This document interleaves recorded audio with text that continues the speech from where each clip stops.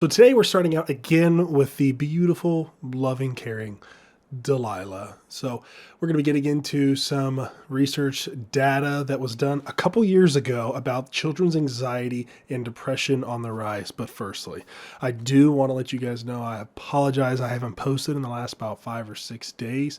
I've been having a sinus infection. You can probably hear it now. I'm getting over it. I'm going back to work tomorrow, and we will see how this all goes.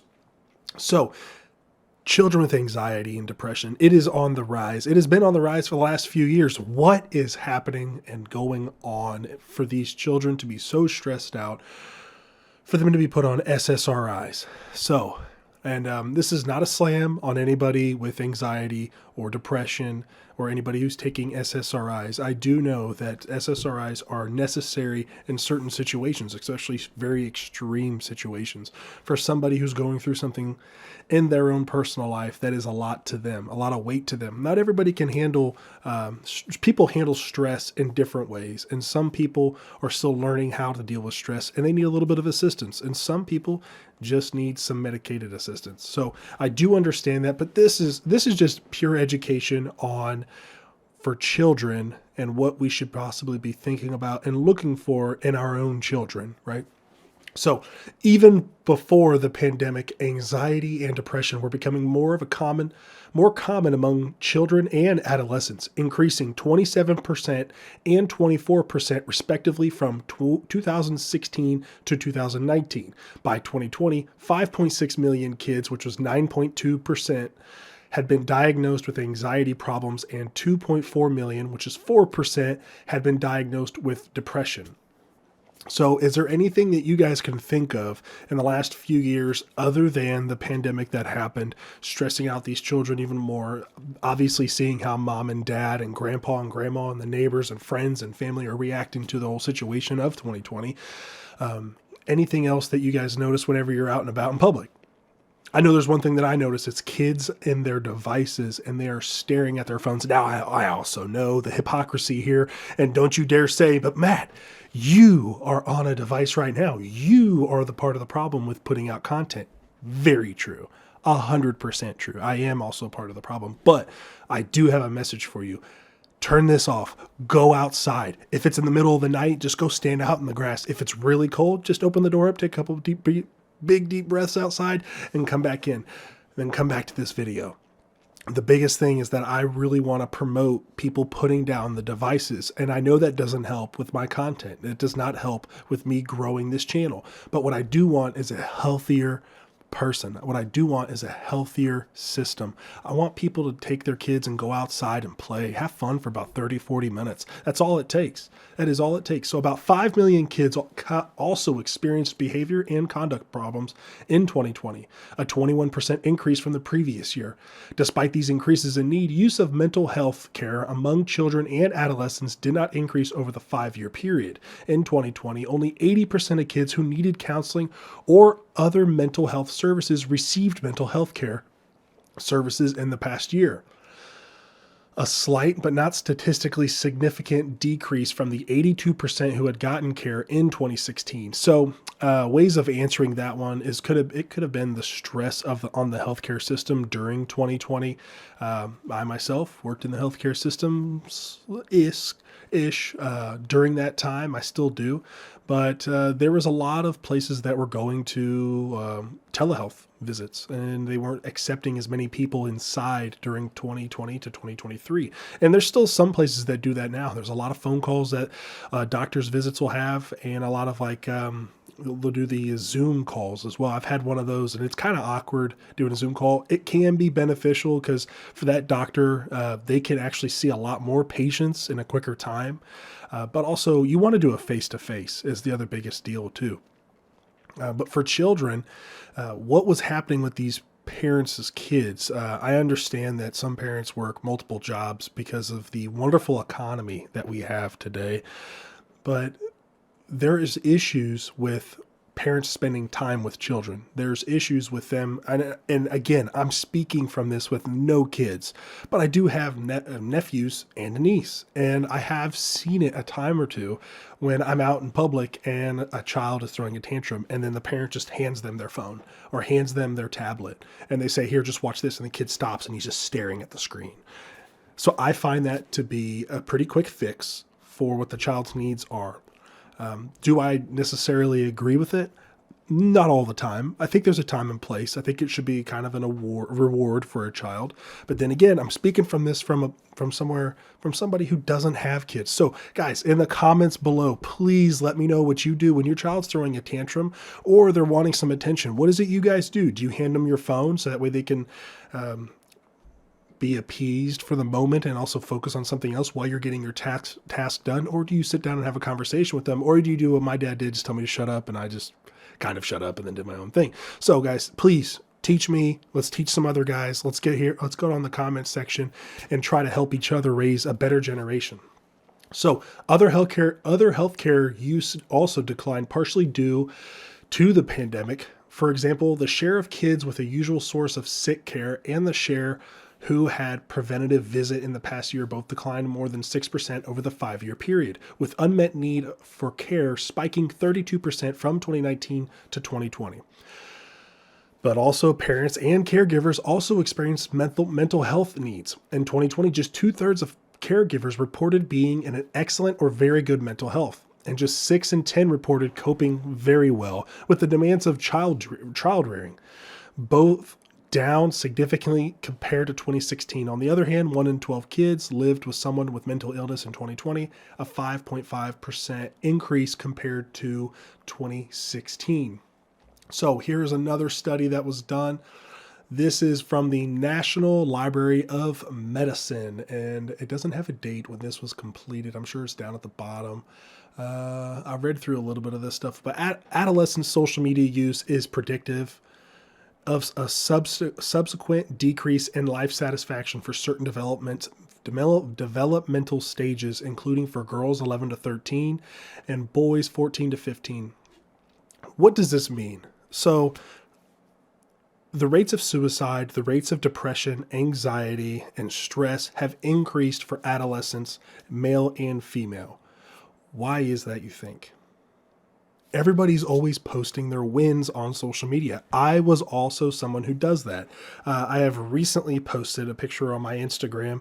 A few months ago, I started a weight loss journey. I wanted to get a little bit more cut. So I posted the picture of me being a little bit more chubbier. Now, to me, it was pretty difficult to post because I also want to look macho. I want to look strong. I want to look fit.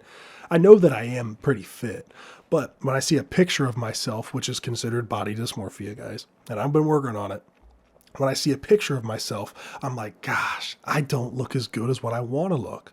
There's this guy at the gym, dude, he's cut. He's got the 6-pack. He's got the veins running through him. I want to look like that, but I don't.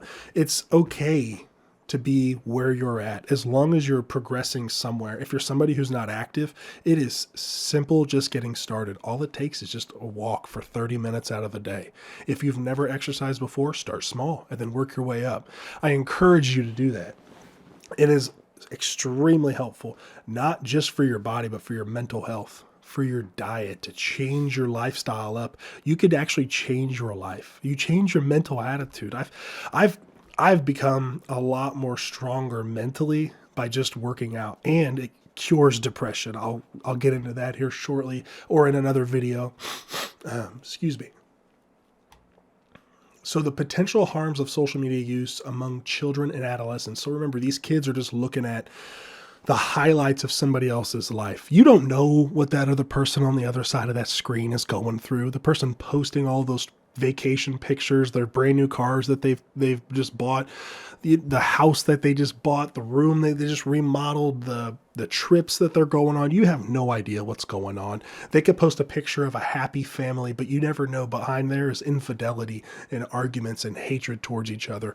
They're only posting the wins. Remember that it is not always like that as how it seems.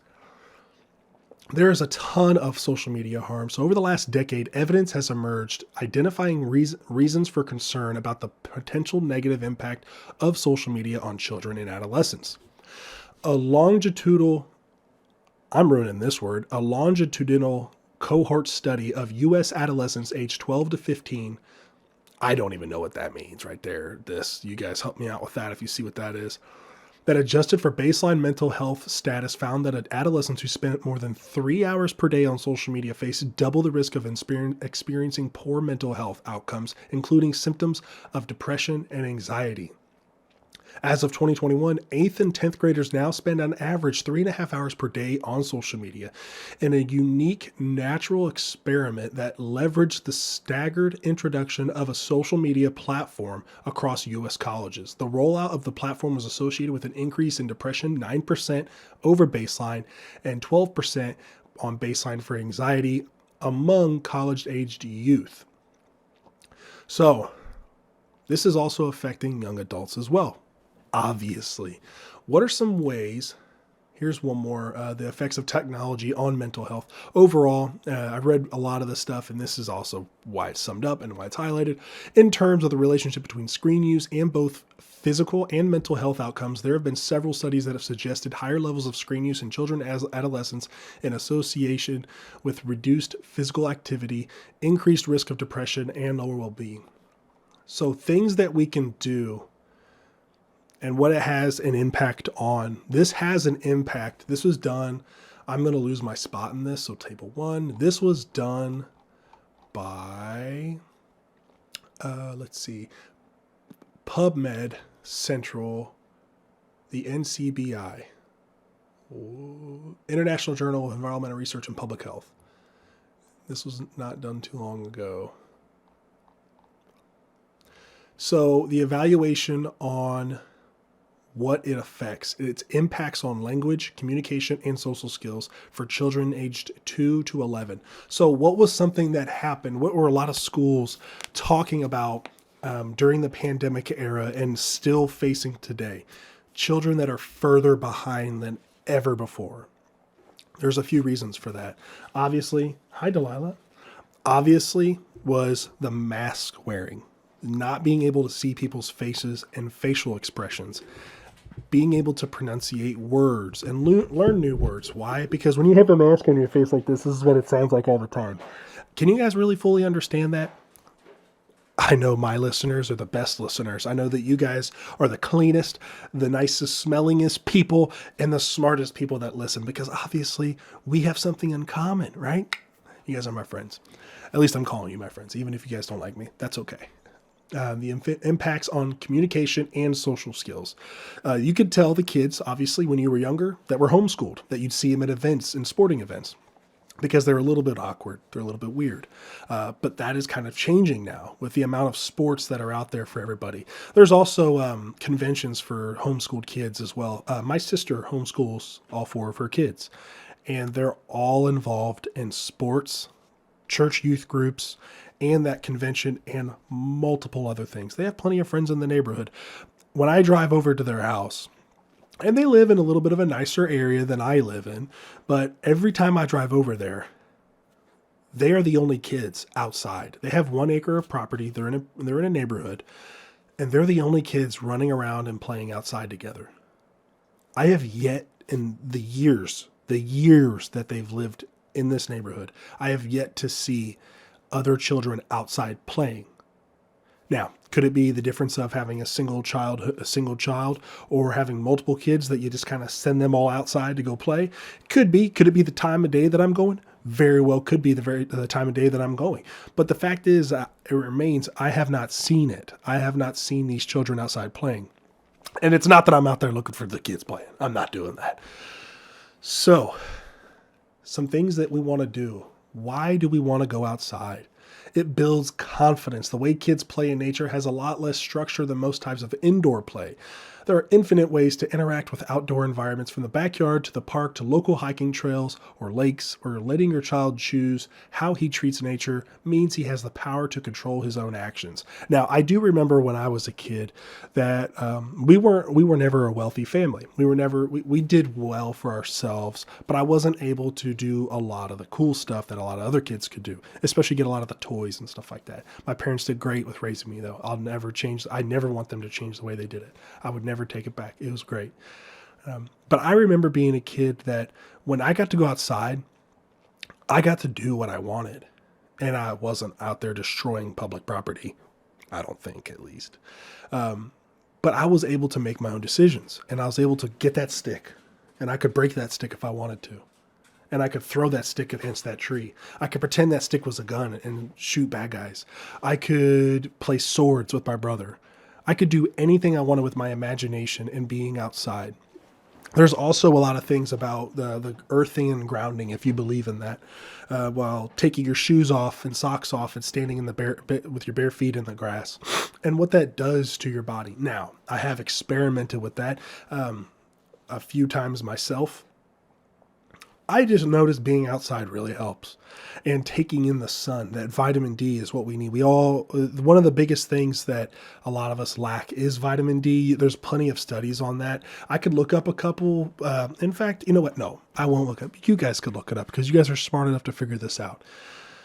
There's a lot of things that happen that are positive with being outside, and why we want to promote children being outside. It also promotes creativity and imagination. This unstructured style of play also allows kids to interact meaningfully with their surroundings. They can think more freely, design their own activities, and approach the world in inventive ways. It teaches responsibility. Living things die if mistreated or not taken care of properly. And entrusting a child to take care of the living parts of their environment means they'll learn what happens when they forget to water a plant or pull a flower out by its roots. I would say this is directed more towards women, young girls, by being able to take care of nature and do stuff like that, like gardening. That's what I'm talking about. But there's men out there that do love to garden. My parents have a garden at their house, and I have been known to go over there and steal some mint from there so I can make some mint juleps here back at the house. Sorry, Mom and Dad. It provides different stimulation. Nature may seem less stimulating than your son's violent video games, but in reality, it activates more senses you can see, hear, smell, and touch outdoor environments. As the young spend less and less of their lives in natural surroundings, their senses narrow. This is reducing the richness of the human experience. I know for me, when I play video games, which I do play video games a lot during the winter because a lot of my free time is during the winter time.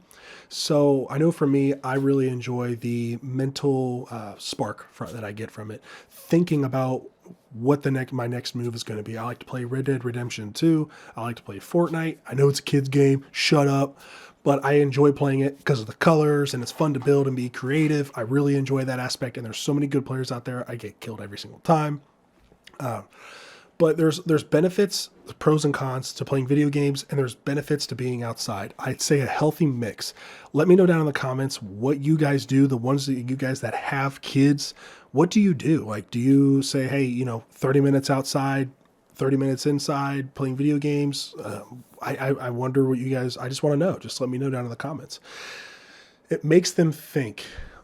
Louvre says that nature creates a unique sense of wonder for kids that no other environment can provide. The phenomena that occur naturally in backyards and parks every day make kids ask questions about the earth and life that it supports. Now, I don't think they ask questions about the earth. They probably just ask questions of what they see right in front of them, which also pertains to what the earth is, but it's reducing stress and fatigue.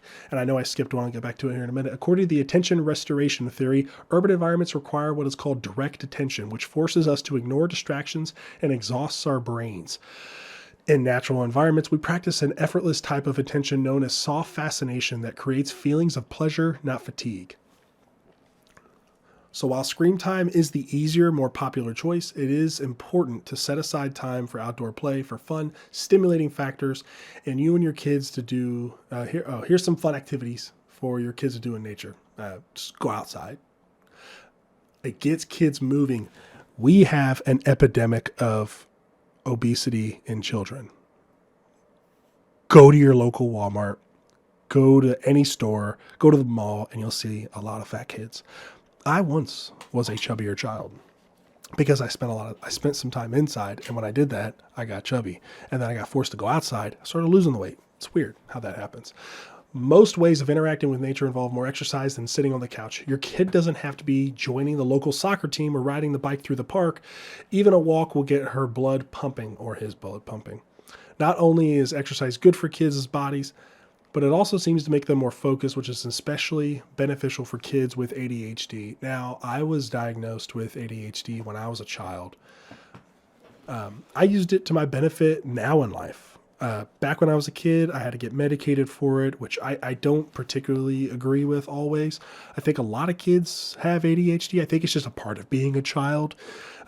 Your brain is functioning at a high rate, and you're just seeing things that are new all the time. Everywhere you go, there's something new, and you're wanting to learn, and you just got to be able to focus. Let me know what you guys think about let me know what you guys do to help your child focus. If it's a way of talking to them, trying to ask them questions to get them to a certain point so they can understand something. How do you learn your children's needs? Like those are other things. I'm not a father yet. I want to be a father one day. And that's the reason why I'm doing a lot of this stuff. That way I can learn more so I can be more of a successful parent. These days, kids spend more time inside, mostly thanks to technology. Spending outdoors isn't just enjoyable, but it's also necessary. Many researchers agree that kids who play outside are happier, better at paying attention, and less anxious than kids who spend more time indoors. That's all I had for you guys today. Let me know down in the comments section and like this video. Subscribe to the channel if you guys enjoy this content, and I'll see you on the next one.